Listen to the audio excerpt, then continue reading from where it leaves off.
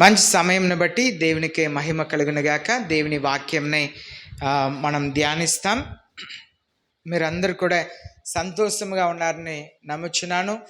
దేవుని నామంలో మనమందరూ కూడా దేవుని సన్నిధిలో మనకు నెమ్మది, ఆదరణ, ఆశీర్వాదం ఉన్నది. దేవుని సన్నిధిలో మనకు ధైర్యము, బలము మనకు దొరకకపోతే ఈ లోకంలో ఎక్కడ కూడా మనకు నిరీక్షణ కలిగిన మాటలు మనకు దొరకదు. దేవుడు తన ఆలయంలో మనల్ని హెచ్చరిస్తున్నారు, మనల్ని సరిచేస్తున్నారు, మనల్ని ఆయనకు ఇష్టమైన పిల్లలుగా, ఆయన ఆశించే రీతిగా మనల్ని మార్చాలన్నదే యేసయ్య ఒక చిత్తమై ఉన్నది. కనుక మనం దేవుని వాక్యంని ధ్యానించబోతున్నాం. తలలు వంచి ప్రార్థన చేస్తాం. అందరూ కూడా పరలోకపు తండ్రి, నాతో మీరు మాట్లాడండి, నన్ను సరిచేయండి, నాకు బోధించండి, నాకు విశ్వాసం కలుగ చేయండి అయ్యా, నాకు మంచి హృదయం దయచేయని అడుగుదాం. పరలోకపు తండ్రి, పరిశుద్ధముల దేవా, నేను కాదు పరిశుద్ధ ఆత్మ దేవుడు మీరు మాట్లాడి మీ పిల్లల్ని ఆదరించి, ధైర్యపరిచి, బలపరిచి, మీ కృపను అనుగ్రహించి వరదల్లో చేయమని యేసయ్య నామములో ప్రార్థిస్తున్నాం పరలోకపు తండ్రి, ఆమేన్. యేసయ్య మనకు మంచి కృపనే అనుగ్రహించి ఉన్నారు. తన వాక్యంని ధ్యానించుటకు ప్రకటన గ్రంథం 21వ అధ్యాయం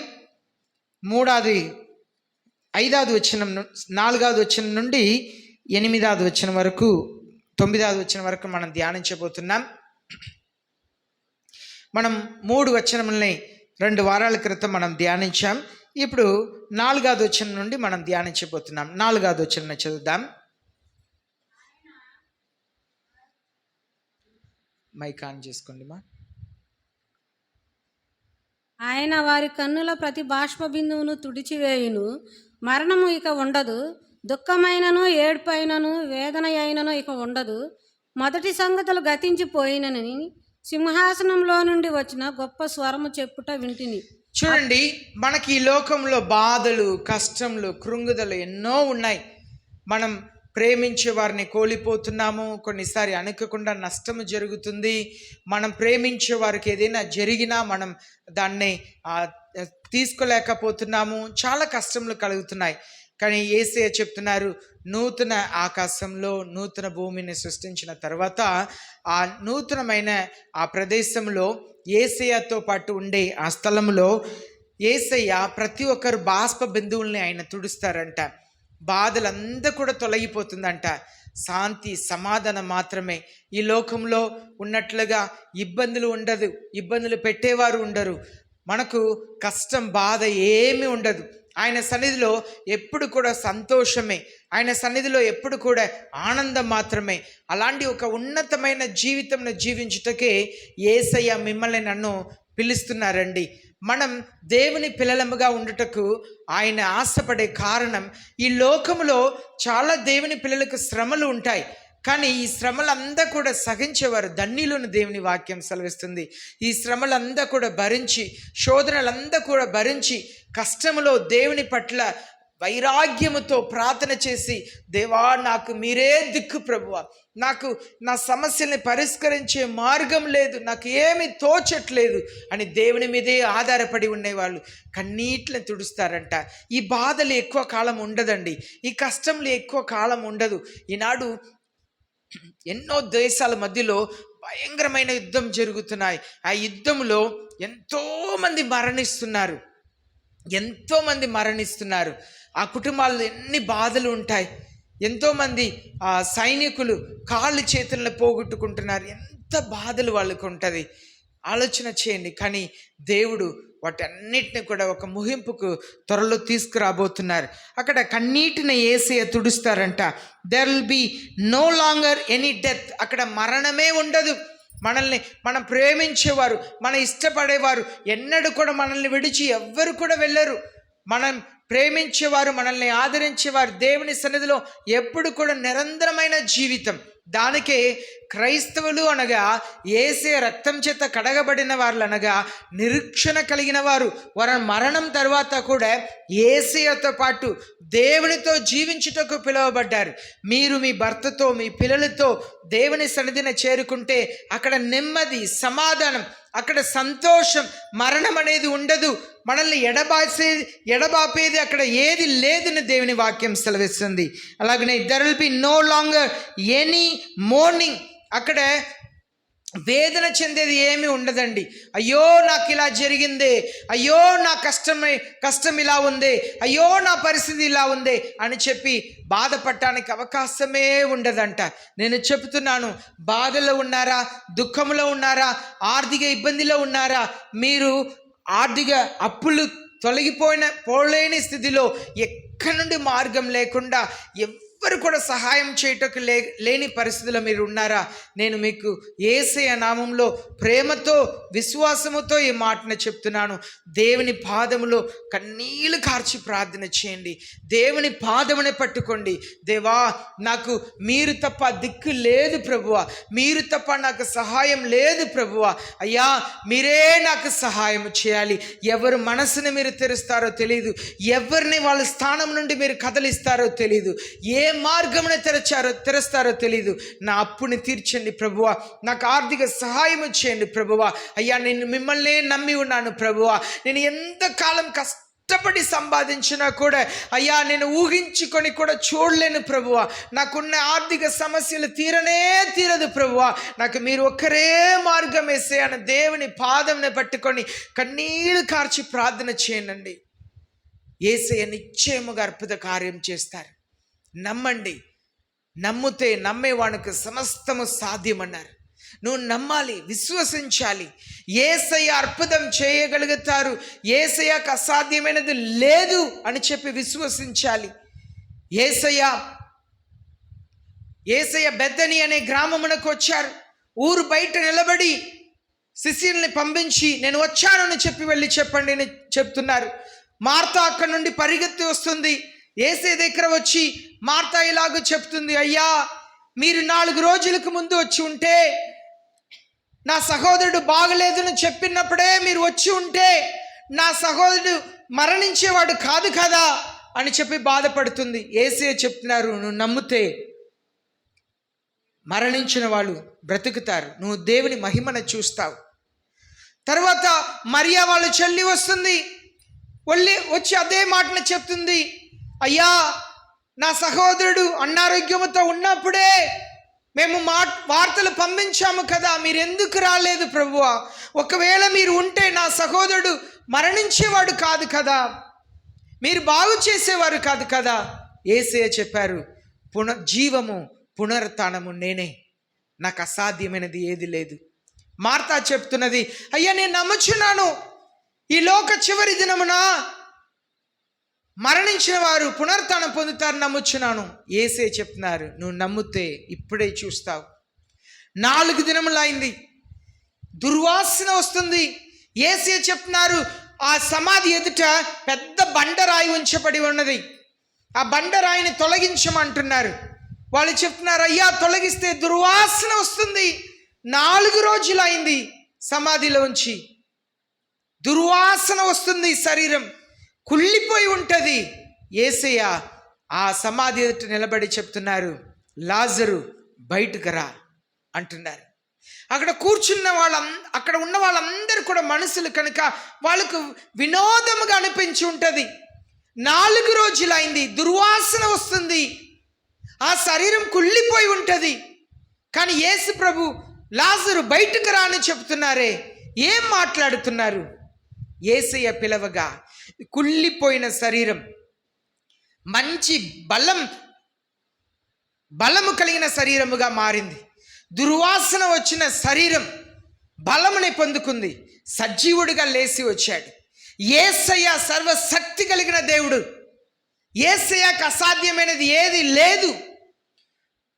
పాత నిబంధన కాలంలో సిరియా దేశంలో ఒక సైన్యాధిపతి ఉండేవారు.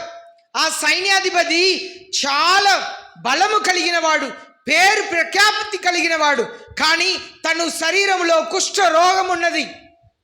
ఆయన ప్రతిరోజు కూడా నేను ఇంత పేరు కలిగిన వ్యక్తే కానీ నాకు కుష్ఠరోగం ఉన్నదే అని చెప్పి బాధపడుతూ ఉండేవాడు. ఆ కాలంలో ఇశ్రాయేల్ దేశం నుండి బానిసగా తీసుకురాబడిన ఒక చిన్న బిడ్డ ఆ ఇంట్లో ఆ భార్యకు పని మనిషిగా ఉన్నది. ఆ బిడ్డ ఒక రోజు చెప్తుంది, అమ్మా మా ఊర్లో సొమ్రోన్ పట్టణంలో సమరయాలో అక్కడ ఒక దేవుని సేవకుడు ఉన్నారు, ప్రవక్త ఉన్నారు, యజమానుడు అయ్యగారైతే ఆయన దగ్గర వెళితే ఆయనకు స్వస్థత కలుగుతుంది. ఒక చిన్న బిడ్డలో ఉన్న విశ్వాసం, అది ఒక చిన్న బిడ్డలో ఉన్న విశ్వాసం. నా యజమానుడు మా దేవుని సేవకుడి దగ్గర వెళితే ఆయన బాగుపడతారు. ఆ చిన్న బిడ్డ మాటనే ఆ ఇంట్లో యజమానురాలు నమ్మింది. ఆ మాటనే యజమానుడికి చెప్పింది. సిరియా దేశ సైన్యాధిపతి ఆయన వెళ్ళి రాజుగారికి చెప్తున్నారు, రాజుగారు మా ఇంట్లో ఇశ్రాయేల్ దేశం నుండి బానిసగా తీసుకురాబడిన చిన్న బిడ్డ ఉన్నదన్నయ్యా. సమరయ పట్టణంలో ఒక ప్రవక్త ఉన్నారంట, యెహోవా దేవునికి సేవ చేసే ప్రవక్త ఉన్నారంట. ఆయన దగ్గర వెళితే నా కుష్ఠరోగం స్వస్థపరచబడుతుందంట. ఎవరు చెప్పారయ్యా? అది ఒక చిన్న బిడ్డ నా ఇంట్లో చెప్పిందయ్యా. సరే, నీ విశ్వాసం నీది, నేను ఒక ఉత్తరం ఇస్తున్నాను, ఆ దేశ ఇశ్రాయేల్ దేశ రాజు దగ్గర తీసుకువెళ్ళు అన్నారు. అక్కడ వెళ్ళారు.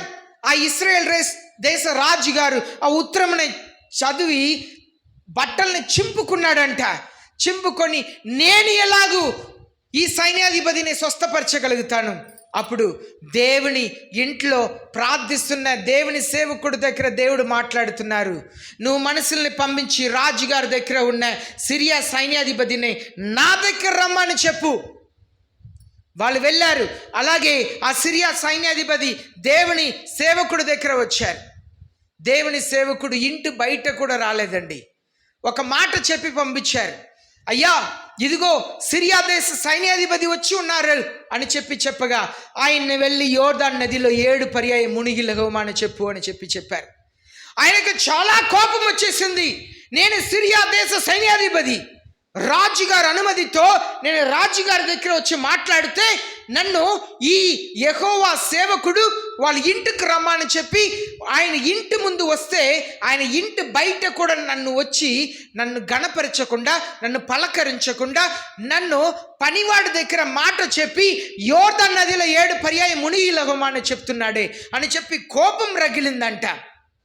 తనతో వచ్చిన సైనికులతో తిరిగి వెళ్ళిపోతాం పదండి అని చెబితే ఆ సైనికులు చెప్పారంట, అయ్యా మిమ్మల్ని ఒకవేళ ఘనమైన కార్యం ఏదైనా చెయ్యమంటే మీరు చేసి ఉంటారు కదా, ఆ సేవకుడు చెప్పిన పని చిన్న పనియే కదా, యోర్దాను నదిలో 7 పర్యాయం మునిగి లెగవమనే కదా చెప్పారు, ఎందుకు ఆ చిన్న పనిని చేయుటకు మీరు ఇంత మిమ్మల్ని అవమానపరిచినట్లుగా మీరు అనుకుంటున్నారు అని చెప్పగా ఆయన మనసు మారింది.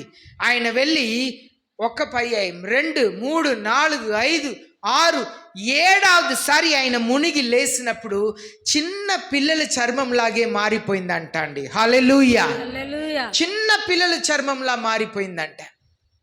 మీరు నమ్ముతున్న యేసయ్య సాధారణమైన దేవుడు కాదు. యేసయ్య సర్వశక్తి కలిగిన దేవుడు, సర్వ అధికారం కలిగిన దేవుడు. కుళ్ళిపోయిన శరీరముని సజీవముగా లేపగలిగిన దేవుడు యేసయ్య. శరీరం అంతా కుష్ఠరోగం వచ్చి ఉన్న వ్యక్తిని నీళ్ళ మునిగి లెగవగా ఆయన విధేయతన ప్రకారం చిన్న పిల్లల చర్మంలా మార్చగలిగిన దేవుడు యేసయ్య. యేసయ్యకు అసాధ్యమైనది ఏది లేదండి. యేసయ్యకు అసాధ్యమైనది ఏది లేదు. మీరు అనుకోవచ్చు, యేసయ్య చనిపోయిన వారిని లేపవచ్చో ఏమో, కుష్ఠరోగం ఉన్న వాడిని బాగు చేయవచ్చో ఏమో, నా అప్పునే దేవుడు తీర్చలేడు, నాకున్న సమస్యను దేవుడు తీర్చలేడు, నా అప్పు తీరుటకు అవకాశమే లేదు, నా సమస్య తీరుటకు అవకాశమే లేదు. యేసయ్యని నమ్మండి, యేసయ్యని నమ్మండి. యేసయ్య దగ్గర ప్రార్థన చేసినప్పుడు మీరు తప్ప నాకు మార్గమే లేదు యేసయ్య, నన్ను కనికరించండి అని చెప్పండి. నా పట్ల ఒక అద్భుతం చెయ్యండి అని అడగండి. యేసయ్య గొప్ప కార్యంని మీ పట్ల చేస్తారు. అదే ఇక్కడ చెప్తున్నారు, నూతన భూమిలో ఎలా ఉండబోతుందంట, there will no longer be any mourning or crying. అక్కడ ఏడుపే ఉండదంట, అక్కడ బాధే ఉండదంట. అలాంటి చోటకే యేసయ్య మిమ్మల్ని నన్ను సిద్ధపరుస్తున్నారు. హల్లెలూయా. యేసయ్య మిమ్మల్ని నన్ను అలాంటి చోట్ల ఉండుటకే సిద్ధపరిచారు. యేసయ్య తన శిష్యుల దగ్గర ఇలాగ చెప్పి వెళ్ళారు. యోహాను సువార్త 14:1 నేను ఉండే చోట్ల మీరు కూడా ఉండినట్లుగా మీ కొరకు ఒక స్థలమును ఏర్పాటు చేయుటకు నేను వెళుతున్నాను. నేను మరలా వచ్చి నేను నాతో పాటు మిమ్మల్ని తీసుకెళ్తా అన్నారు. యేసయ్య త్వరగా రాబోతున్నారు. యేసయ్య రాకడ కొరకే ఈ లోకంలో మనం అందరూ కూడా ఎదురు చూసి ఉన్నాం. ప్రియమైన దేవుని జనమా, ఈ లోకంలో మీరు వెళ్ళుచున్న కొన్ని శ్రమల్ని బట్టి, కొన్ని కష్టములను బట్టి కొంతమంది బెదిరిస్తున్నారని, చంపుతున్నానని చెప్తున్నారని, కాళ్ళు చేతులను ఎర్రగొడతానని చెప్తారని దీన్ని చూసి భయపడవద్దండి. యేసయ్యను నమ్మండి. యేసయ్యను విశ్వసించే వాళ్ళు గొప్ప కార్యంను చూస్తారు. అక్కడ మోర్నింగ్, అక్కడ దుఃఖం లేదంట, ఏడుపు లేదంట, నొప్పి లేదంట అండి. నొప్పి అనేదే అక్కడ లేదు. ఈ లోకంలో మనం 2 గంటలు కూర్చొని లేస్తే నొప్పి, పనుకుంటే నొప్పి, నెమ్మది లేదు, బాధ, బలహీనత, నీరసం. కానీ పరలోక రాజ్యంలో ఇవి అంతా ఏది ఉండదండి. నిత్యమైన సంతోషం, దేవుని సన్నిధిలో గొప్ప ఆనందంని మనం కలిగి ఉండబోతున్నాం. కనుక దేవుని పిల్లలు, మిమ్మల్ని మీరు అనుదినము దాని కొరకు సిద్ధపరచాలి. ఈ రాష్ట్రంలో పెళ్లికి ముందు పెళ్లి కుమార్తెను ఏం చేస్తారు? వివాహ దినం కొరకు సిద్ధపరుస్తారు. ఏం చేస్తారు? దాన్ని ఏమంటారు? నలిగేస్తారు కదా. నలిగేస్తారు, ఇంటింటికి పిలిచి ఏదో పెట్టి రుద్దుతారు, పెళ్లి కొరకు సిద్ధపరుస్తారు. మనం కూడా యేసయ్య రాకడ కొరకు అనుదినము మనల్ని పరిశుద్ధపరచుకోవాలి, శుభ్రపరచుకోవాలి. మన పాపముని యేసయ్య రక్తము చేత కడగమని అడగాలి. ఆ పెళ్లి కుమార్తెని సిద్ధపరచుటకు నలుగు వేసి ఆ రోజు పిలిచిన వారి ఇంట్లో మంచి భోజనం ఇస్తారు కదా. ఎందుకు? బలముగా ఉండాలి అని చెప్పి సిద్ధపరుస్తారు. మనము కూడా యేసయ్య రక్తము చేత పాపములు కడగబడి మనం ఆత్మీయ ఆహారంని తీసుకొని బలపడాలి. ఆత్మీయ జీవితంలో యేసయ్య కొరకు మనల్ని సిద్ధపరచుకోవాలి. యేసయ్య కొరకు సిద్ధపరచుకోవాలి. దానికే సంఘంలో మనం పిలువబడి ఉన్నాం. ఇప్పుడు మనం చూస్తున్నాము, the first thing have passed away. పాతవి అంతా కూడా గతించిపోతుందంట. ఈ నొప్పి, బాధ, ఏడుపు, కష్టం ఇదంతా కూడా ఒకరోజు తొలగిపోతుంది. మనకు నెమ్మది, సమాధానం, శాంతిని యేసయ్య పరలోక రాజ్యంలో మన కొరకు ఉంచారు. 5వ వచనం మనం చదువుదాం. 5వ వచనం. అప్పుడు సింహాసనాసీనుడై ఉన్నవాడు, ఇదిగో సమస్తమును నూతనమైనవిగా చేయుచున్నానని చెప్పెను. యేసయ్య ఇలాగ చెప్తున్నారంట, నేను సమస్తముని నూతనముగా చేస్తున్నాను. పాతవి ఏది కూడా ఉండదు, అన్ని నూతనంగా ఉంటది. మనం అక్కడ వెళ్ళి చూస్తాం, అన్ని చూసి ఆశ్చర్యపడే రీతిగా అన్ని నూతనముగా ఉంటుందంట. నూతనమైన ఒక దేశంలో మనం ఉండుటకే మనల్ని యేసయ్య సిద్ధపరుస్తున్నారు. కనుక పరలోక రాజ్యమునకు మనం పిలువబడ్డాము. కనుక ఈ లోకములో ఉన్న వాటికి మనం దూరముగా ఉండాలి. ట్రాఫిక్లో వెళుతున్నాం, రోడ్డు మీద వెళుతున్నప్పుడు ఈనాడు మనకు పెద్ద డివైడర్ కట్టేశారు. రోడ్డు మధ్యలో డివైడర్ ఉంది కనుక ఎవరు కూడా ఇట్లు రాలేరు, అటు వెళ్ళలేరు. కానీ ఈ డివైడర్ అంతా కట్టక ముందు ఏముండేది? గీత వేసి ఉంటుంది కదా. ఆ గీత వేసి ఉంటుంది. ఇటువైపు వెళ్ళేవాళ్ళు ఎడమవైపు వెళ్ళేవారు ఎడమవైపే వెళ్ళాలి, కుడివైపు వెళ్ళేవాళ్ళు కుడివైపే వెళ్ళాలి. కానీ కొన్నిసారి ఏమైందంటే నిర్లక్ష్యంగా వాహనం నడపటం వలన ఎడమవైపు నడుపుతున్న వాళ్ళు కుడివైపు వెళ్ళిపోతారు, కుడివైపు నడుపుతున్న వారు ఎడమవైపు వెళ్ళిపోతారు. దానివల్ల యాక్సిడెంట్స్ జరుగుతూ ఉంటుంది. ఈనాడు లోకం ఒకవైపు వెళుతూ ఉండాలి, దేవుని పిల్లలు ఒకవైపు వెళుతూ ఉండాలి. కానీ ఈనాడు సంఘంలో ఏం జరుగుతుందంటే లోకం అలా సంఘంలో ప్రవేశిస్తుంది. సంఘం ఒక క్రీస్తుని వెంబడించవలసిన సంఘం అలాగూ లోకం వైపు వెళ్ళిపోతుంది. కనుక అపవిత్రత కలుగుతుంది. యేసయ్య చెప్తున్నారు, సంఘం లోకంలో కలవటానికి వీల్లేదు, లోకం సంఘంలో కలవటానికి వీల్లేదు. సంఘం క్రీస్తును మాత్రమే వెంబడించాలి, లోకం సాతానుడి వెంట వెళ్ళాలి. దేవుని పిల్లలు లోకంలో కలవకూడదు. మనం కొన్నిసారి పొరపాటున మనం మాట జారుతున్నాం, మనం కోపడుతున్నాం. కోపపడటం భయంకరమైన పాపమని యేసయ్య చెప్తున్నారు. కోపం నరగత్యకు సాదృశ్యం అంట. విభచారము కంటే మోహపు చూపు విభచారమునకు సమానం అంట. ఒక వ్యక్తి విభచారం చేయటం, ఇంకా ఒక వ్యక్తి దేవుని బిడ్డ మోహపు చూపు చూడటం రెండు సమానమని యేసయ్య చెప్తున్నారు. ఒక వ్యక్తి లోకస్తుడు నరగత్య చేయటం, సంఘంలో ఉన్న ఒక దేవుని బిడ్డ కోపపడటం రెండు ఒకటి అంటున్నారు యేసయ్య. భయంకరమైన పాపం అంటే రెండు పాపములు, అది ఒకటి కోపం, రెండవది మోహపు చూపు. కనుక సంఘం లోకములో వెళ్ళటానికి వీల్లేదు, లోకం సంఘములో రావటానికి వీల్లేదు. దేవుని పిల్లలు తాము పరిశుద్ధంగా కాపాడుకోవాలి. లోకం అపవిత్రతలో కొనసాగించాలి, సంఘం పరిశుద్ధతలోనే నడవాలి. దానికే యేసయ్య నూతనముగా సమస్తమునే మార్చబోతున్నారంట. లోకం అక్కడ లేకుండా యేసయ్య చేయబోతున్నారని వాక్యంలో చదువుతున్నాం. 6వ వచనం చదువుదాం. 6వ వచనం. మరియు ఆయన నాతో ఇట్లనెను, సమాప్తమైనవి నేనే అల్ఫాయు ఒమేగాయు, అనగా ఆదియు అంతమునై ఉన్నవాడను.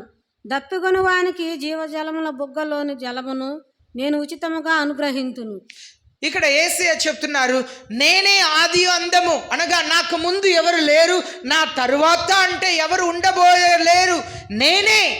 దానికే మోసే దేవుని దగ్గర, అయ్యా మీ పేరు ఏమిటి?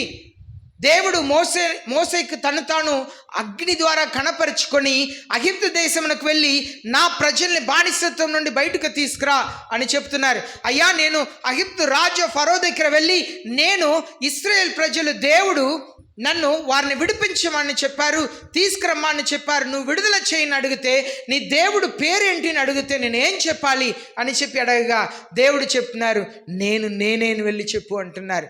ఇది ఏంటి పేరయ్యా? నేను ఉన్నవాడును, అనువాడును, నాకు ముందు ఎవరు లేరు, నా తరువాత కూడా ఎవరు లేరు, వెళ్ళి చెప్పు. యేసయ్య చెప్తున్నారు ఇక్కడ అల్ఫయు ఒమేగాయు, అనగా ఇంగ్లీష్లో A to Z. మొదటి వాడిని నేనే, కడపటి వాడిని నేనే అని చెప్పి యేసయ్య చెప్తున్నారు. నన్ను తప్ప ఎవరు లేరు, నన్ను ఎవరు లేదు, నాకు ఒక ముగింపు అనేది లేదు. ఈ మాటల్ని ఎవ్వరు కూడా ఈ లోకంలో చెప్పలేరండి. అంతా సృష్టించబడినదే, కానీ సృష్టికర్త అయిన దేవుడు యేసు ప్రభు మాత్రమే. దానికే ఇంత ధైర్యముగా చెప్తున్నారు, తప్పి కలిగిన వాడు నా యొద్దకు వచ్చి ఉచితమైన జీవజలముని త్రాగవలను అంటున్నారు. తప్పి కలిగిన వారు జీవజలం అంటే పరిశుద్ధాత్మ దేవుడు.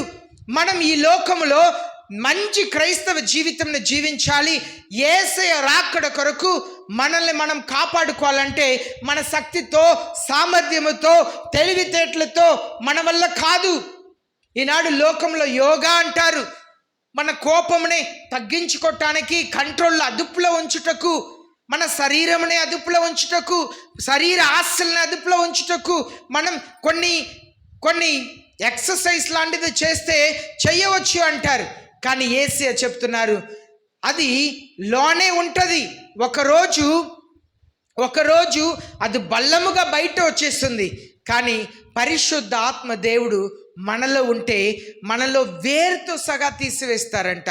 బాప్తిసం ఇచ్చే యోహాను చెప్పారు, ప్రతి ఒక్క చెట్టు క్రింద, ప్రతి ఒక్క చెడ్డ చెట్టు వేరు దగ్గర గొడ్డరి ఉంచబడిందంట.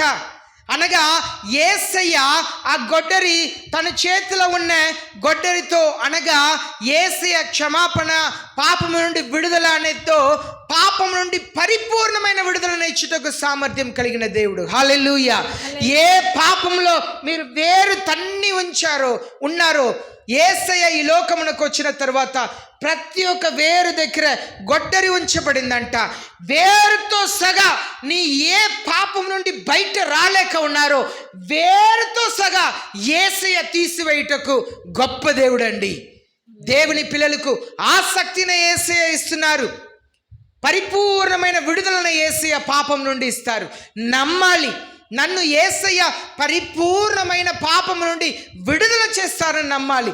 పేతురు దగ్గర యేసయ్య వచ్చారు. మార్కు సువార్త 4వ అధ్యాయంలో పేతురు రాత్రి అంతా కూడా చేపలు పట్టడానికి ప్రయత్నం చేశాడంట. ఉదయకాలం సముద్ర ఒడ్డుకు వచ్చి ఉన్నారు. చాలా నిరుత్సాహం. రాత్రి అంతా చేపలు పట్టడానికి ప్రయత్నం చేసినా కూడా చేపలే దొరకలేదు. ఆయన పన్ను చెల్లించాలి, చాలా పన్ను చెల్లించాలి. ఒకవేళ తను పన్ను చెల్లించకపోతే ఆయన చెరచాలకు పంపిస్తారు.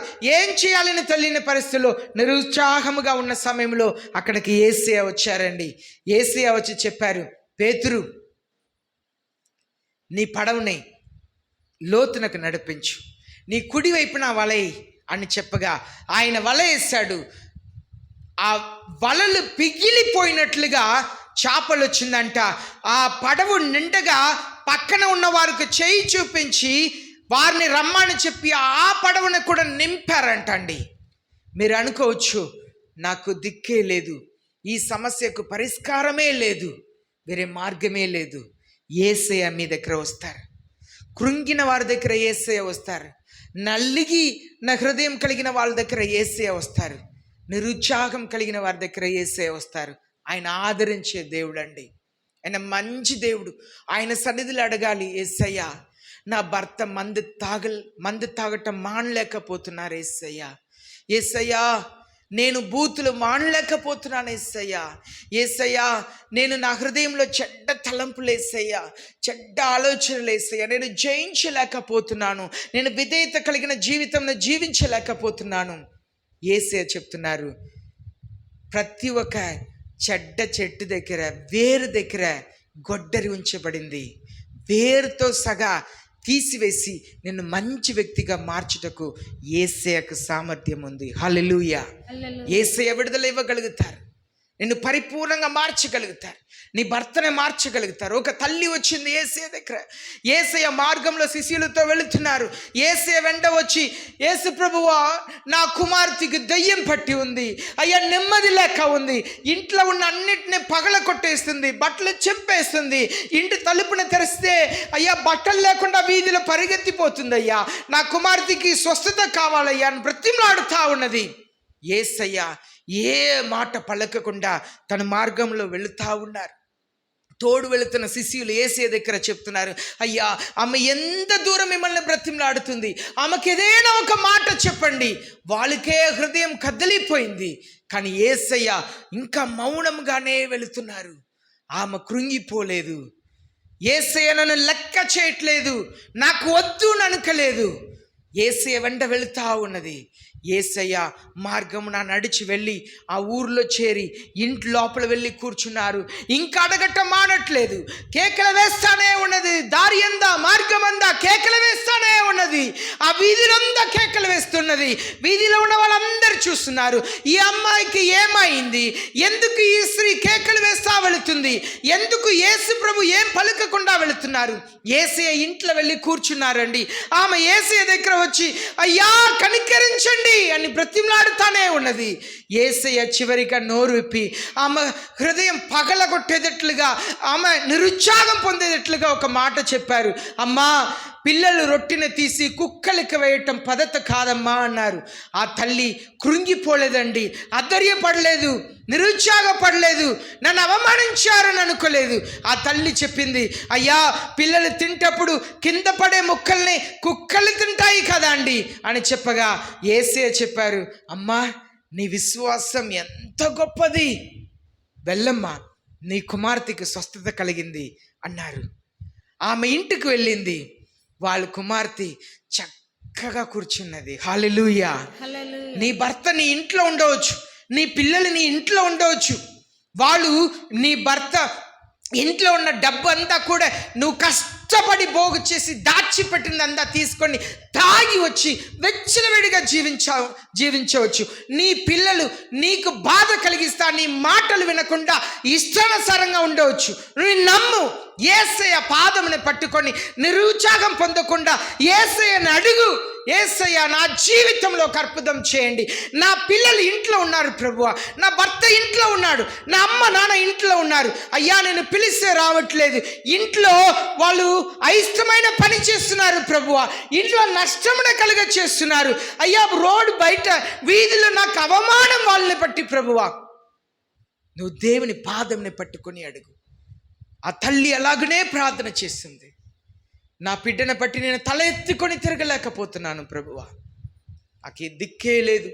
నా బిడ్డని బాగు చేసేవారు ఎవరు లేరు, నా భర్తని బాగు చేసేవారు ఎవరు లేరు, నా పిల్లల్ని బాగు చేసేవారు ఎవరు లేరు, మా అమ్మ నాన్నని, నా తోపుట్ని, అన్న అక్క చెల్లి తమ్ముడు బాగు చేసేవారు ఎవరు లేరు. యేసయ్యా మీ సన్నిధికి నేను వచ్చి అడుగుతున్నాను. అయ్యా ఒక అద్భుతమును చేయండి. నీ విశ్వాసం గొప్పదైతే, నీ ఓర్పు గొప్పదైతే, నీ సహనం గొప్పదైతే, నువ్వు బాధని, అవమానంని, నిందని భరించుకొని యేసయ్యని అడగగలిగితే యేసయ్య నీ కుటుంబంలో అద్భుతం చేస్తారు. హల్లెలూయా. నువ్వు అలాంటి విశ్వాసం కలిగి నీ హృదయంలో తపనతో ప్రార్థన చేస్తూ ఉంటే నీ ఇంట్లో అద్భుతం జరుగునుగాక, నీ భర్త జీవితంలో అద్భుతం జరుగునుగాక, నీ పిల్లల జీవితంలో అద్భుతం జరుగునుగాక, నీ అన్న తమ్ముడు అక్క చెల్లి జీవితంలో అద్భుతం జరుగునుగాక, నీ అమ్మ నాన్న అత్తయ్య మావయ్య జీవితంలో జరుగునుగాక, అద్భుతం జరుగునుగాక. నువ్వు నమ్మాలి.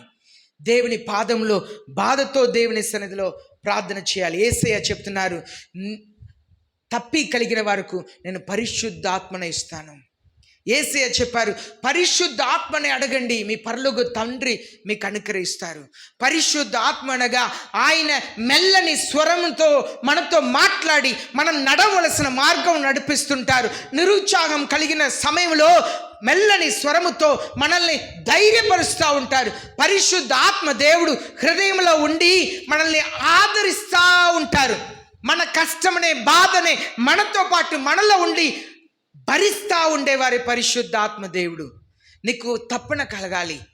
ఎలాగో తప్పే కలిగినప్పుడు మంచినీళ్ళు వెంటనే వెళ్ళి ఇంటికి వెళ్ళి మంచినీళ్ళు తాగాలి, ఎక్కడైనా కొట్టు ఉందా మంచినీళ్ళు కొని తాగాలి, చాలా తప్పనగా ఉంది అని అలాంటి ఒక తప్పిక నీలో కనబడాలి దేవునికి. నాకు పరిశుద్ధాత్మ దేవుడు కావాలి. పరిశుద్ధాత్మ దేవుడు లేకుండా నేను మంచి క్రైస్తవ జీవితంని జీవించలేను ప్రభువా, నేను జయము కలిగిన క్రైస్తవ జీవితంని నేను జీవించలేను ప్రభువా. నాకు పరిశుద్ధాత్మ అభిషేకంను దయచేయండి, నాకు పరిశుద్ధాత్మని అనుగ్రహించండి. అయ్యా మీ పరిశుద్ధాత్మ అభిషేకం లేకుండా నా కృంగదల్ని నేను జయించలేను. అయ్యా నాకు విశ్వాసం లేదు ప్రభువా, మీ పరిశుద్ధ ఆత్మ సహాయం నాకు దయచేయండి. ఒక తండ్రి వచ్చి అడుగుతున్నాడు, యేసయ్య చెప్తున్నారు, నువ్వు నమ్మితే నమ్మేవానికి సమస్తము సాధ్యం అంటే యేసయ్య ఆయన చెప్తున్నాడు, అయ్యా నేను నమ్ముచున్నాను ప్రభువా, హెల్ప్ మై అన్బిలీఫ్. అయ్యా నేను ఇంకా అవిశ్వాసంలో ఉండకుండా నాకు ధైర్యం ఇవ్వండి, నాకు విశ్వాసం సరిపోవట్లేదు,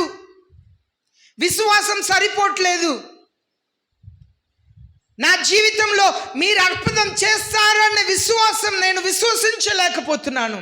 నేను బలహీనుడిని, నాకు విశ్వాసం కావాలి, నాకు సహాయం చేయండి. నాకు మీ పరిశుద్ధ ఆత్మ దేవుని దయచేయండి. తప్పిక కలిగిన వారికి జీవ జలంని ఇస్తారంట. ఆ జీవ జలం అనేది పరిశుద్ధ ఆత్మ దేవుడు. పరిశుద్ధ ఆత్మ దేవుడు నిన్ను పరిశుద్ధతలో నడిపిస్తారు, పరిపూర్ణతలో నడిపిస్తారు. 7వ వచనం చదువుదాం. జయించువాడు వీటిని స్వతంత్రించుకొనును, నేను అతనికి దేవుడునై ఉండును, అతడు నాకు కుమారుడై ఉండును. జయించువారు అనగా పరిశుద్ధ ఆత్మని అడిగి జయించాలి. మనం ఈ లోకంలో ఒక గొప్ప కార్యంని సాధించామంటే పరిశుద్ధ ఆత్మని కలిగి ఉండటమే. పరిశుద్ధ ఆత్మ అభిషేకం ఎవరిలో ఉన్నదో ఈ లోకంలో ఆద్యంగా అందరికంటే ధనవంతుడు పరిశుద్ధ ఆత్మ అభిషేకం కలిగిన వ్యక్తియే. ఎవరికి పరిశుద్ధ ఆత్మ దేవుడు ఉన్నారో, అనుగ్రహించబడి ఉన్నారో ఆ వ్యక్తియే ధనము కలిగిన వ్యక్తి. ఎందుకనగా ఒక స్త్రీ ఉన్నది సరేబాతులో, ఒక 2 రొట్టి చేయటానికి ఆమె దగ్గర కొంచెం పిండి ఉన్నదంట, ఒక స్పూన్ అంత నూనె ఉన్నదంట. 2 రొట్టి చేయటానికి ఇంతే నూనె ఉన్నదంట. ఆయన దగ్గర దేవుడు తన ప్రవక్తను పంపించారు. ఆమె దగ్గర అమ్మ తినటానికి ఏమైనా ఉన్నదా అని చెప్పాడగా ఆమె చెప్తుంది, అయ్యా నా దగ్గర ఇంతే పిండి ఉంది, 2 రొట్టి చేయగలుగుతాను, ఇంకొంచెం నూనె ఉంది, నా పిల్లోడికి ఒక రొట్టి, నాకు ఒక రొట్టి, తర్వాత ఏమీ లేదు. ఆ దేవుని సేవకుడు చెప్తున్నాడు, ముందుగా నాకు ఒక రొట్టి చేసి తీసుకొచ్చి ఇవ్వు. ఆమె మరుమాట మాట్లాడకుండా వెంటనే వెళ్ళి చేసిన ఒక రొట్టెని తీసుకొచ్చి ఆయనకి ఇచ్చింది. ఆయన చెప్తున్నారు, పిండి తీరిపోదు, నూనె తీరిపోదు. దేవుని మాటనే పట్టుకొని గుడ్డిగా నమ్మింది. ఆమె ప్రశ్నించలా. ఒకవేళ ఆ సేవకుడికి నేను ఒక రొట్టెని ఇచ్చేస్తే, ఒకవేళ ఆయన చెప్పింది జరగకపోతే, పిండి తీరిపోతే, నూనె తీరిపోతే తర్వాత ఏంటి సంగతి ఆలోచన చేయలేదు. గుడ్డిగా నమ్మింది. నువ్వు నమ్మాలి, విశ్వసించాలి. జయించేవారంటే గుడ్డిగా నమ్మేవారు. చాలామంది యేసయ్యని అవహేళనగా మాట్లాడేవారు ఉన్నారు, వాక్యంని గురించి తప్పుగా మాట్లాడేవారు ఉన్నారు, క్రైస్తవులు విశ్వాసంని ప్రశ్నించే వాళ్ళు చాలామంది ఉన్నారు. నీ దేవుడు నిజంగా వస్తారా అని యేసయ్యని మర్యాద లేకుండా అవహేళనగా మాట్లాడేవారు ఉన్నారు. క్రైస్తవుల్ని దేవుడు నిజమైతే ఇది చేయవచ్చు కదా, అది చేయవచ్చు కదా అని చెప్పి అడిగేవాళ్ళు ఉన్నారు. యేసయ్య మాటనే గుడ్డిగా నమ్మాలి. We walk by faith, not by sight. మన విశ్వాసంతో నడవాలి, కంటి చూపుతో కాదు. క్రైస్తవులు విశ్వసించేవారు, నా దేవుడు అద్భుతం చేస్తారని నమ్మేవారు. ఒక స్త్రీ వచ్చిందండి, దేవజనుడి దగ్గర వచ్చి చెప్పింది, అయ్యా నా భర్త చనిపోయాడండి, ఆయన మీతో పాటు ఉండేవారు కదా, కానీ చాలా అప్పు మిగిలిచ్చాడండి, ఇంట్లో చాలా అప్పు. దేవుని సేవకుడితోనే ఉన్నాడు కానీ ఆయనకు చాలా అప్పు ఉన్నది, ఆయన చనిపోయాడు. అప్పు ఇచ్చిన వాళ్ళు వచ్చి అడుగుతున్నారు, నీ 2 కొడుకుల్ని అమ్మేయి, నాకు నేను తీసుకెళ్తాను, వాళ్ళతో సంపాదించుకుంటాను. అప్పుడు ఆమె వచ్చి అడుగుతుంది, నాకు నా భర్త చనిపోయాడు, 2 పిల్లలే తండ్రి, నాకు ఏం చేయాలి తెలియట్లే. ఆమెను అడిగారు, నీ ఇంట్లో ఏముందమ్మా? ఆమె చెప్తుంది, ఒక చెంబులో నూనె ఉంది, అంతే ఉందండి, నా ఇంట్లో వేరే ఏమీ లేదండి. దేవజనుడు చెప్పారు, నీ ఇరుగు పొరుగు వారు అందరి దగ్గర వెళ్ళి ఖాళీ పాత్రములు అంతా తీసుకొచ్చి నీ ఇంట్లో పెట్టుకో, ఇంటి తలుపేసుకో, ఆ చెంబులో ఉన్న నూనెని ఆ ఖాళీ పాత్రములు పోయి అన్నారు. ఆమె అంతే, ఏం ప్రశ్నించలా. పిల్లలు చెప్పింది, వెళ్ళినా పెద్ద పెద్ద పాత్రలు తీసుకురండి, వీధిలో పొరుగువారు అందరి దగ్గర పెద్ద పెద్ద పాత్రలను తీసుకొచ్చి ఇంట్లో అంతా పెట్టేశారు. ఒక్క చెంబులో వాళ్ళ దగ్గర నూనె ఉంది, ఇంటి తలుపేశారు, ఆ చెంబులోని నూనెని ఖాళీ పాత్రలో పోయటం మొదలుపెట్టారు. అద్భుతమే అద్భుతం, దాంట్లో నుండి నూనె వస్తానే ఉన్నది. ఇంట్లో ఉన్న ఖాళీ పాత్రములు అంతా నిండిపోయేదాకా నూనె ఆగిపోలేదు. చివరిగా ఆ తల్లి అడుగుతుంది, నానా ఇంకా ఏదైనా పాత్రములు, ఖాళీ పాత్రములు ఉన్నాయా? అమ్మ ఉన్నదంతా నిండిపోయింది. అప్పుడు నూనె ఆగిపోయిందంట. హల్లెలూయా. నువ్వు నమ్మాలి, యేసయ్యని విశ్వసించాలి. నా దేవుడు నా సమస్యని పరిష్కరించుటకు నా దేవునికి సాధ్యం. నీ మెదడులో ఎంత ఆలోచన చేస్తే మార్గమే కనపడదండి. ఎంత ఆలోచన చేసినా నువ్వు అడిగే వాళ్ళందరూ కూడా లేదు లేదు లేదు లేదు నేను చెప్తుంటారు. అయ్యా కొంచెం నాకు చాలా అవసరంలో ఉన్నాను, నాకు డబ్బు కావాలి, లేదమ్మా లేదమ్మా లేదు, నా దగ్గర లేదు లేదు. ఎవరిని అడిగిన అన్ని ద్వారములు మూయబడి ఉందా? దేవుని పాదంలో వచ్చి పడు. అయ్యా చుట్టూ అన్ని ద్వారములు మూయబడ్డాయి ప్రభువా, నాకు ఏం చేయాలి నేను తెలియట్లేదు. యేసయ్య నీ కొరకు ద్వారములు తెరుస్తారు. అదే విశ్వాసం. జయించేవారంటే విశ్వాసముతో వారి జీవితంలో జయించుకున్న వాళ్ళని గురించి చెప్పడి ఉంది. He who overcomes will inherit these things. విశ్వసిస్తేనే వీటి అన్నింటినీ కూడా స్వతంత్రించుకుంటావు. I will be his God and he will be my son. నేను వారికి దేవుడై ఉంటాను, వారు నాకు కుమారులై ఉంటారు. నువ్వు దేవునికి బిడ్డగా ఉండాలంటే నీకు విశ్వాసం లేకుండా దేవునికి ఇష్టమై ఉండటం అసాధ్యం. నీకు విశ్వాసం లేకుండా దేవుని బిడ్డగా నువ్వు ఉండలేవు. నువ్వు విశ్వసించాలి. నీకున్న భయముని నువ్వు జయించాలి. జయించాలి. సాతానుడు అబద్ధికుడు. సాతానుడు నిన్ను భయపెట్టేవాడు. ఇది ఇది కుదరదు, ఇది జరగదు, అదంతా ఎప్పుడో జరిగింది, ఆ సేవకుడు చెప్పేది ఎప్పుడో జరిగింది, ఇప్పుడంతా జరగదు అని చెప్పి అబద్ధం చెప్పేవాడు, నువ్వు నమ్మేటట్లుగా అబద్ధం చెప్పేవాడు సాతానుడు, కుయుక్తిపరుడును దేవుని వాక్యం సెలవిస్తుంది. సాతానుడు కుయుక్తిగా మాట్లాడతాడంట.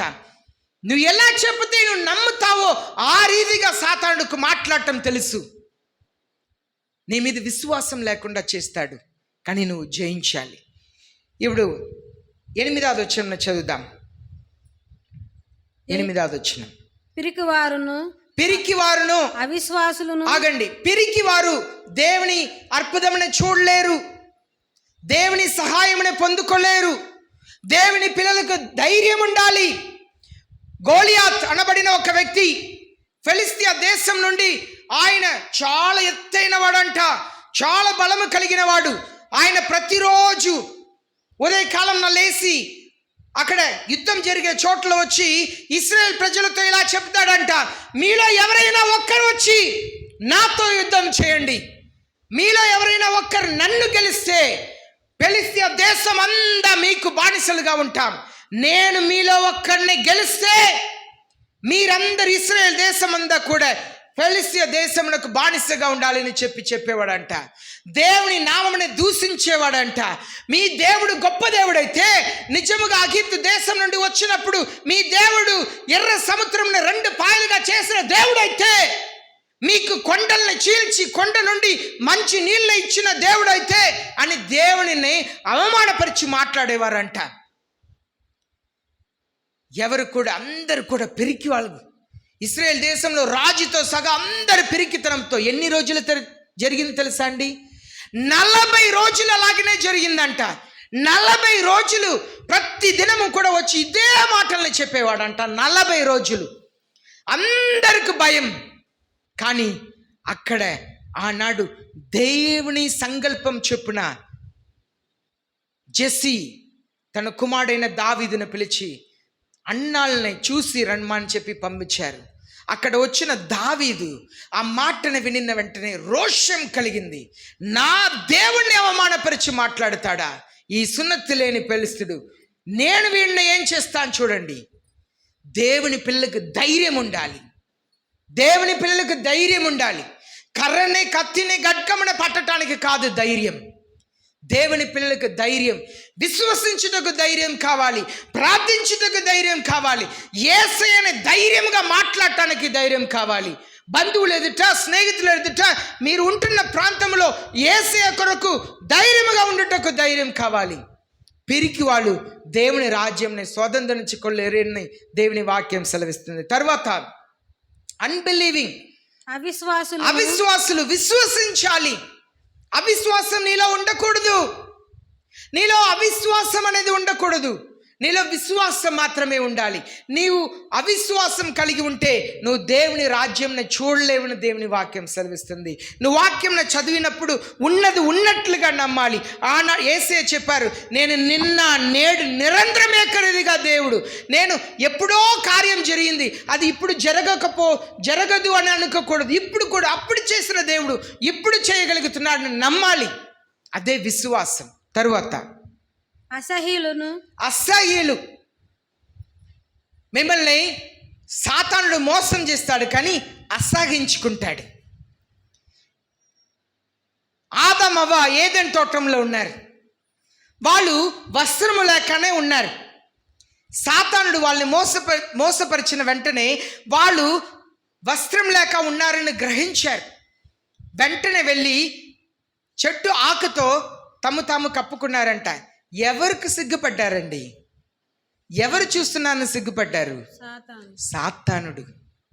సాతానుడు మోసపరుస్తాడు, అవమానపరుస్తాడు, మిమ్మల్ని అందరూ అసహించుకునేటట్లుగా చేస్తాడు. ముందు మంచిగానే మాట్లాడతాడు, మోసం చేసి మిమ్మల్ని ఏడిపిస్తాడు. అందరూ అసహించుకునేటట్లుగా చేసి నవ్వులు పాలు చేస్తాడు. పక్కన నుండి చూసని మిమ్మల్ని చూసి మీరు అవమానపడి కొంచెం ఏడుస్తున్నప్పుడు మిమ్మల్ని చూసి నవ్వుతాడు. సాతానుడు మోసకారుడును దేవుని వాక్యం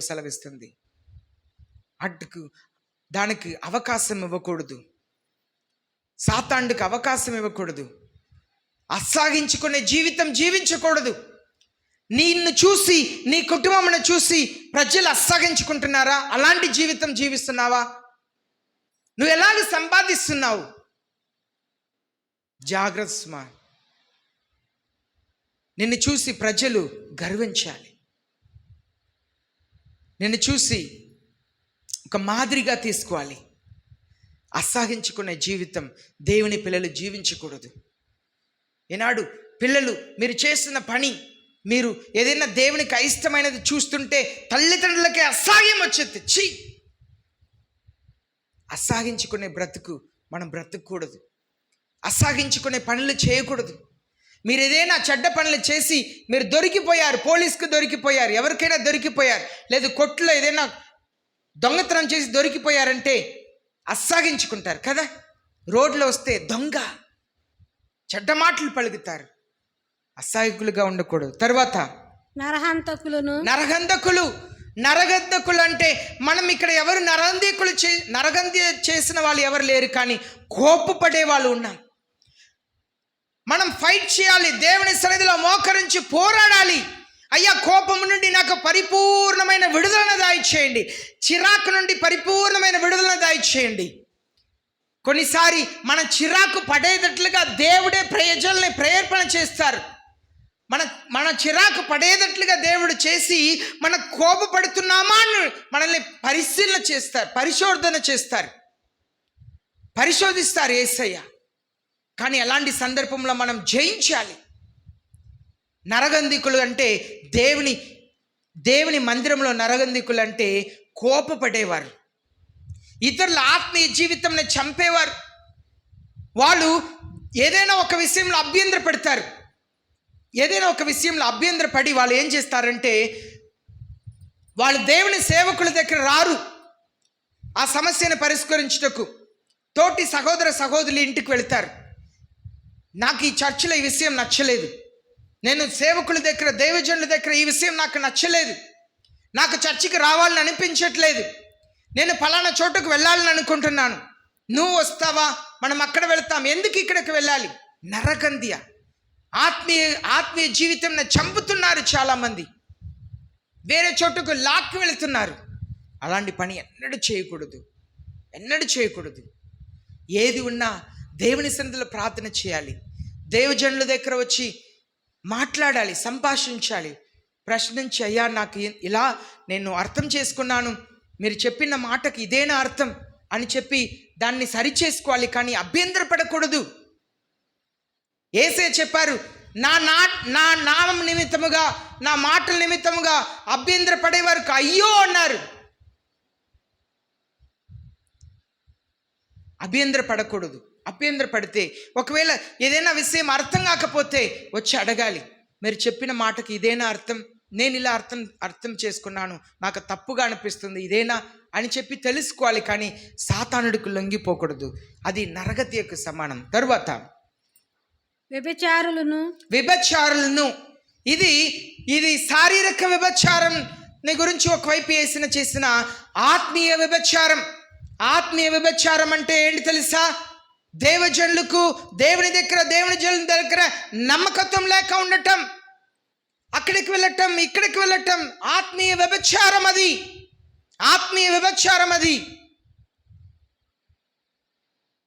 అక్కడ ఇక్కడ తిరుగుతూ ఉండటం, గుడిలకు వెళ్ళటం, లేదు ఇంకా ఒక చోటుకు వెళ్ళటం, మెడకు, నడుకు, కాలుకు, చేతికి ఏదో కట్టుకుంటే పోయిద్దిని నమ్మటం ఆత్మీయ వ్యభిచారులను దేవుని వాక్యం సెలవిస్తుంది. నువ్వు దేవుడైతే యేసయ్యని మాత్రమే వెంబడించాలి. అది ఆత్మీయ వ్యభిచారమునకు సమానం. ఆత్మీయ వ్యభిచారం. నువ్వు యేసు ప్రభుని వివాహం చేసుకున్నా, నువ్వు బాప్తిసం పొందుకున్నావా, నువ్వు యేసు ప్రభుని వివాహం చేసుకున్నావు. మొన్న టీవీలో ఒక ఊర్లో ఇలాగ పండగ జరుగుతుందంట. ఏదో పండగ ఆ ఊర్లో జరుగుతుంది. ఆ గుడిలో వాళ్ళు ఆ గుడిలో దానికి మంగళసూత్రం కడుతున్నప్పుడు ఆ ఊర్లో ఉన్న పురుషులందరూ కూడా స్త్రీల్లా చీర కట్టుకొని, స్త్రీల్లా పూలేసుకొని, అలంకరించుకొని వాళ్ళు అలాగూ మంగళసూత్రం కట్టుకుంటారంట. అది దానికి అర్థం మా దేవుడే మమ్మల్ని వివాహం చేసుకున్నారు, నేను దేవునికి పత్నిగా మారిపోయాను అని చెప్పి ఆ ఊర్లో ఉన్న వాళ్ళు నమ్ముతారు. ఇలాంటి ఒకటి ఉందని చెప్పి టీవీలో న్యూస్లో చూపించారు. ఈ లోకంలో ఉన్నవారికే నేను నా దేవుణ్ణి ఆ దేవుడే నన్ను పెళ్లి చేసుకుంటున్నానని నమ్మకం ఉన్నట్లయితే, బాప్తిసం తీసుకున్న నీకు యేసయ్యతో వివాహం అయిందన్న నమ్మకం ఎంత ఉండాలి? దేవుని బిడ్డకు ఎంత ఉండాలి? అదే దేవుని వాక్యంలో మనం చదువుతున్నాం. దేవుని పట్ల వైరాగ్యం కలిగి ఉండాలి.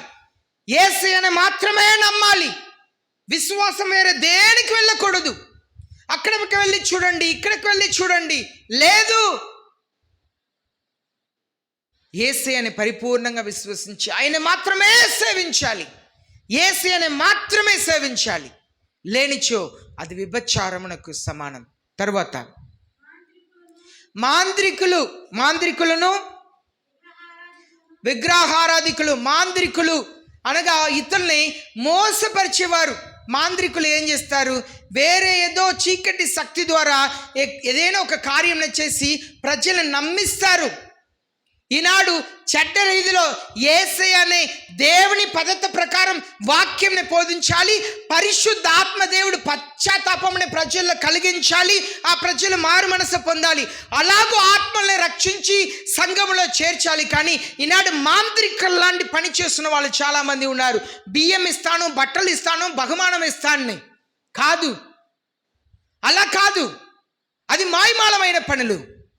యేసయ్య వాక్యంని బోధించాలి. పరిశుద్ధ ఆత్మ దేవుడు వారితో మాట్లాడేటప్పుడు వాళ్ళ హృదయం పగలాలి. పాపంని గురించిన పశ్చాత్తాపం కలిగి కన్నులో కన్నీళ్ళు రావాలి. యేసయ్య నిజమైన దేవుడిని ఎరిగి మోకాళ్ళ మీద నిలబడి ప్రార్థన చేయాలి. యేసయ్య మీరే నిజమైన దేవుడు, నా కొరకు సిలువలో మరణించాలని అంగీకరించాలి. అలాగనే ప్రజలు సంఘంలో చేర్చబడాలి. కానీ మనకున్న శక్తి చేత, సామర్థ్యం చేత, పలుకుబడి చేత, ఆకర్షణ చేత కాదు దేవుని మందిరంలో దేవుని. అలాంటి ప్రజలు పరలోక రాజ్యం వెళ్ళలేరు. మాంత్రికులు, తర్వాత విగ్రహారాధికులు. నేను ఆత్మీయ సత్యంను మాత్రమే చెప్తున్నాను. ఇలాంటి పనులు చేసే వాళ్ళు చాలామంది ఉన్నారు. విగ్రహారాధికులు అంటే బయట ఉన్న ప్రజలు కాదు. ఈనాడు దేవుని పిల్లలనే చెబుతాము, కానీ ఏదైనా ఒక విషయంలో ఎక్కువ దేవుని కంటే ఆ విషయంలో స్థానం ఇస్తాం. కొందరు బంగారంని దేవుని కంటే ఎక్కువ ప్రేమిస్తారు. కొందరు తమ పేరుని దేవుని కంటే ఎక్కువ ప్రేమిస్తారు. కొన్నిసారి చెబుతారు, చచ్చిన వాళ్ళని క్షమించము అంటారు. ఒక ఇంట్లో ఆ సహోదరి చెప్తుంది, మేము క్షమించాము కనుకనే వాళ్ళు బ్రతికి ఉన్నారు. మేము క్షమించకపోతే వాళ్ళు బ్రతికి ఉండేవారు కాదు, చంపేవాళ్ళం, చచ్చిపోయి ఉండేవాళ్ళు. అది దేవుని స్థానం. అది విగ్రహారాధన అంటే అదే. మన విగ్రహారాధన అంటే ఏదేదో చెప్పి ప్రజల్ని బాధ పెడతా ఉంటాం. అది దేవుడు చూసుకుంటారు. విగ్రహారాధన అంటే దేవుని కంటే నువ్వు దేన్ని, ఒకవేళ నేను అనే భావం, నేను తగ్గించుకోను. కొందరు ఎంత మాత్రం కూడా తగ్గించుకోరు. ఎవరితో సహవాసం చేయరు, ఎవరి ఇంటికి వెళ్ళరు, నేనే అన్నట్లుగా కూర్చుంటారు. ఎవరితో తోపుట్లు ఇంటికి వెళ్ళరు, వాళ్ళతో మాట్లాడరు, బంధుత్వంని కలపరు. బంధువులు వచ్చి వెళ్ళే ఏమి ఉండదు. నేను అనే గర్వంతో, అహంకారంతో కూర్చుంటారు. ఎంత కూడా విగ్రహారాధనే. నేను అనే భావం. నరకంలో వినిపించే మాటలంతా కూడా నేను పాపం చేశాను, నేను మారు మనసు పొందలేదు, నేను సువార్తని నమ్మలేదు, నేను యేసు ప్రభుని నమ్మలేదు, నేను పరలోక రాజ్యంలో వినపడే మాటలంతా నేను ఇలాగుండట కారణం మీరే, నేను రక్షించబడట కారణం మీరే, నాకు పరలోక రాజ్య భాగ్యం మీ వల్లనే, మీరునే అంటారు. పరలోక రాజ్యంలో, నరకంలో నేను. ఈనాడు చాలామంది అలాగే ఉన్నారు. నేను తగ్గించుకోను. కొంచెం పలుకుబడి ఉండి బంధువుల కంటే ఒక మంచి స్థానంలో ఉంటే తగ్గించుకోరు. మిగిలిన వారి కంటే కొంచెం మంచి స్థితిలో ఉంటే తగ్గించుకోరు. నేను అనే గర్వం వచ్చేస్తుంది. అది విగ్రహ ఆరాధన. తర్వాత